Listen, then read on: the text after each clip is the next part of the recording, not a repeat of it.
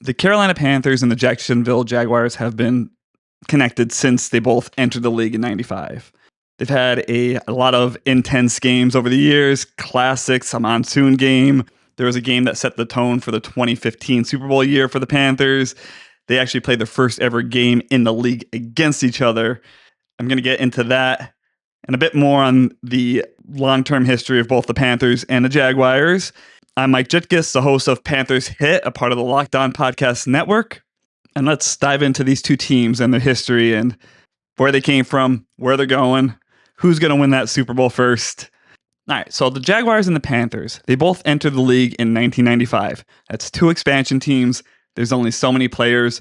So did you know they had a special draft for the Panthers and the Jaguars, an expansion draft to build up their rosters coming into the league? What the NFL did was they had a coin flip, because every great decision starts with a coin flip, at least in the NFL.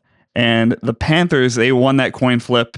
The coin had both teams' logos on the coin. Panthers won that. They got the first pick in the 1995 draft and traded it to the Cincinnati Bengals, dropping the Panthers to number 5, where they took Kerry Collins.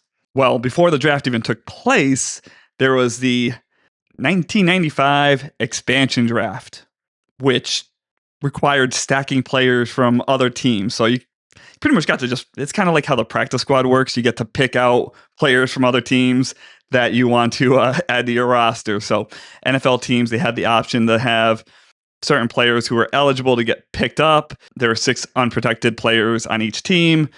If a player was picked from that list, there were rules in place, so no team could get more than 3 players plucked off that roster. So teams had control over who was eligible, but there was checks and balances in place, so teams wouldn't get too stripped.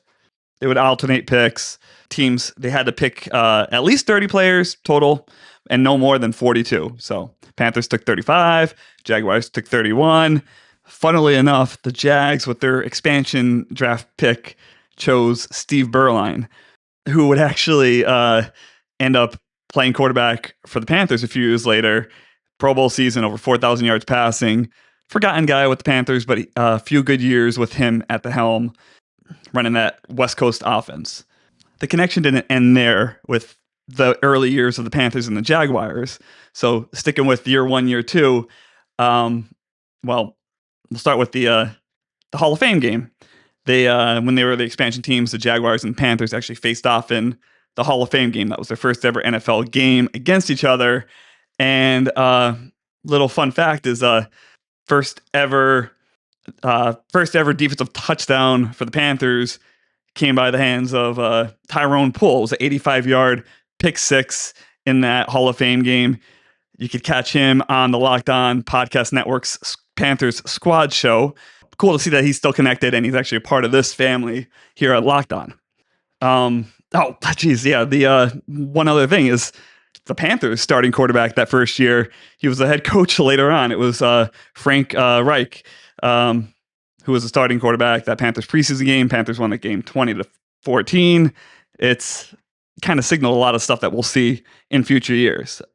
And finally, before we get into the matchups after that, the craziest part about them both being expansion teams in 95 is the fact that year 2, teams that did not exist at all, both the Panthers and the Jaguars made it to the NFC and AFC championship game.